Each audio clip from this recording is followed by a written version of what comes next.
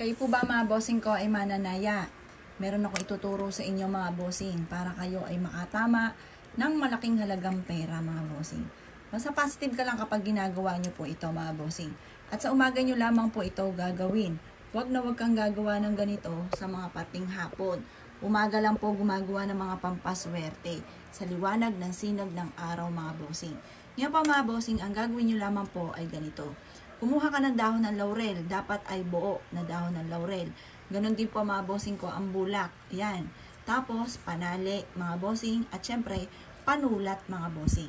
Isusulat nyo dito yung amount na matagal mo nang pinapangarap. Or kaya po mga bossing ko, yung lucky number po ninyo, yung lagi nyong tinatayaan. Halimbawa lang po ito mga bossing, kaya kung gusto yung tayaan nyo po siya. Halimbawa ay number 4. Yan, ayaw pong sumulat. O, edi ito na aking ipansusulat. O, sulat nyo po ay number 4. Tapos 3. Tapos 20. Ito lagi kong tinatayaan.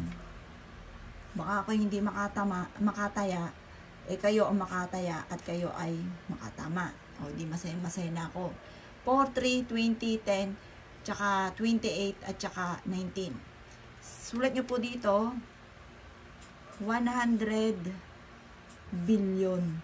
Mangangarap ka rin naman, bay lubusin nyo na mga bossing. Yan. Sabihin nyo, mananalo ako ng sa numero na 4, 3, 20, 10, 28 at 19. Or kaya magkakaroon ako ng 100 billion mga bossing.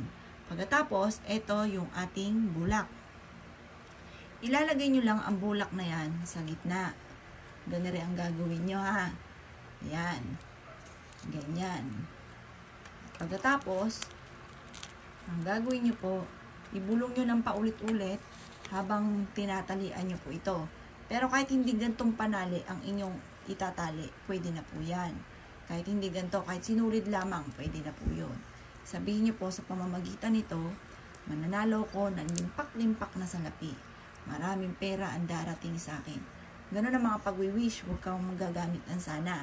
Kasi pag gumamit ka ng sana, parang 50-50 pa yan, di ba? Yung mga sana, hindi ka sure. Ngayon po, yan, nagbuhol pa. Yan. Ngayon, ibubuhol nyo po siya.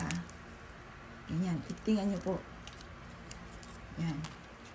Sa pamamagitan nito, maraming pera ang darating sa akin. Siksik-liglig at umaapaw at napakaraming blessing ang darating. Basta positive ka lang, maniwala ka na makakamit nyo ang mga pinapangarap, bukod sa inyo pong sipag at tiyaga, pananalig sa mahal na Panginoon. Ito po isa sa mga sikreto para makamit ang mga pinapangarap. Isabit nyo lang ito sa inyo pong main door, sa pinakamataas ng inyo pong pintuan. At ito po ay mapapansin ninyo na mas magiging magaan ang daloy ng swerte. Ito ay gawin nyo Tuesday or Friday, or kung busy ka sa mga ganyang araw, gawin nyo po ito sa umaga ng alas 7 ng umaga na nakaharap ka sa liwanag ng sinag ng araw at uli-ulitin, sambitin na magkakaroon kayo ng bilyones na pera. Bahala ka kung magkano ang amount na gusto po ninyo. Basta positive ka na makakamit nyo po ito.